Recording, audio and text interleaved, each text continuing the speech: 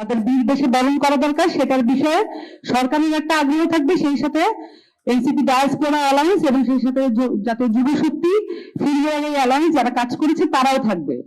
কিন্তু এনসিপির জায়গা থেকে প্রবাসীদের ভোটাধিকার নিয়ে দেখেছেন যে যেখানে ঐক্যলিঙ্গ কমিশনের যে আলাপচারিতা ছিল, সেখানে এই যে প্রবাসীদের ভোটাধিকার নিয়ে এনসিপির যে সোচ্চার ভূমিকা, সেটার কারণে আমরা বাংলাদেশের প্রথম প্রবাসীদের ভোটাধিকার পেতে যাচ্ছি। এবং সেই সাথে বাংলাদেশে প্রবাসীরা 20 থেকে 22 বিলিয়ন ডলার প্রত্যেক বছর এখানে রেমিটেন্স পাঠান, এবং যেটা আসলে বাংলাদেশের মূল চালিকা শক্তি এবং বৈদেশিক মুদ্রার যে মূল চালিকা শক্তি, সেটা আসলে আমাদের যে প্রবাসীরা যারা বিভিন্ন দেশে আছেন, বিশেষ করে মিডল ইস্ট থেকে এই অঞ্চলটাতে বাংলাদেশের প্রবাসীরা একদম দিনে রাতে খেটে এই টাকাগুলো আমাদেরকে বাংলাদেশের উন্নয়ন কার্যে যাতে সহায়তা হয় এই জন্য তারা অবদান রাখেন। কিন্তু আসলে আমরা এনসিপির পক্ষ থেকে প্রবাসীদের ভোটাধিকার শুধু না, তাদের যে নাগরিক মর্যাদা, তারা যেই দেশেই থাকুন না কেন সেটার নাগরিক মর্যাদা নিয়ে কথা বলা কিন্তু আমাদের কাজ।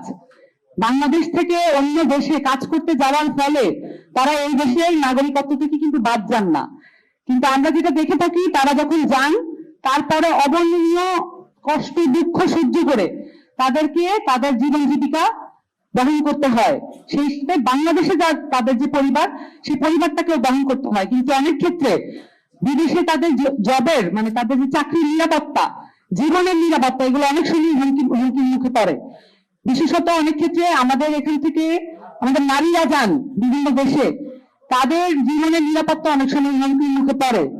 এনসিপি চায় পলিসিগত জায়গা থেকে, অধিকার আদায়ের জায়গা থেকে এই বিষয়গুলো নিয়ে যাতে গভর্নমেন্ট লেভেলে একটা কাজ হয়, এবং আমরা সেই দায়িত্বগুলো নিতে চাই।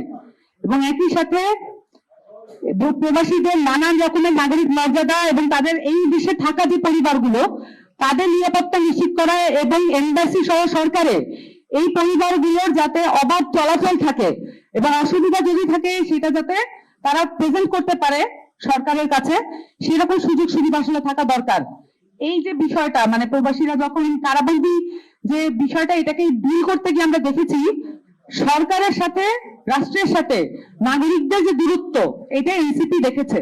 এবং এনসিপির পক্ষ থেকে যারা ডিল করেছেন তারা প্রত্যক্ষ করেছেন, এবং তারা মানে যারা কারাবন্দীদের পরিবারগুলো, তারা অনেক সময়ই দেখা গেছে যে অসহযোগিতার জায়গাটা পেয়েছেন। আমরা চাই রাষ্ট্র এবং সরকার তাদের যে প্রতিষ্ঠানগুলো সেগুলো নাগরিকদের কাছে অ্যাক্সেসেবল হবে এবং নাগরিকরা সেখানে নিজেদের যে চাওয়া এবং অধিকার সেগুলো বাস্তবায়ন করতে তারা যেতে পারবে। সেই কাজগুলো এনসিপি করতে চায়। আমি এনসিপি যে ডায়াসপোরা অ্যালায়েন্স তাদেরকে বিশেষভাবে ধন্যবাদ দিব। তারা এই বিষয়টা নিয়ে লেগেছিলেন এবং এক মুহূর্তের জন্য এই পরিবারগুলোর কথা মাথা থেকে সরিয়ে দেননি, এবং সেই সাথে জাতীয় যুব শক্তি যুবদেরকে নিয়ে কাজ করে, তারাও এই একই সাথে এই কাজটাতে ফুললি ইনভলভ ছিলেন এবং তারা একসাথে মিলে যে ফিল্ড ভ্যালি অ্যালায়েন্স করেছিলেন সেটার ভিত্তিতে আমরা এখন এই জায়গাটা পর্যন্ত আসতে পেরেছি। কিন্তু সেই সাথে মনে করিয়ে দিতে হবে মামলাগুলো এখনো চলমান, এবং এই মামলাগুলো যদি উইথড্র করা না হয় অনেকের এখানে ব্যবসাপাতি ওই দেশে রয়ে গেছে, তাদের ব্যবসাপাতি গুলো বাজেয়াপ্ত হয়ে যেতে পারে, এটার একটা আশঙ্কা আছে। সো দ্রুততম সময় যাতে মামলাগুলো তুলে নেওয়া হয় এবং এই যে পরিবারগুলো তাদের যাতে একটা ব্যবস্থা করা হয়, বিশেষত যে শহীদ যে কারাবন্দী শহীদ হয়েছেন তার পরিবারের দায়িত্ব মানে সর্বাগ্রে নিতে হবে। এটা এখন আমাদের টপমোস্ট প্রায়োরিটি। এটার জন্য আমরাও কথা বলবো, আপনারা যার যার ফোরাম থেকে কথা বলবেন।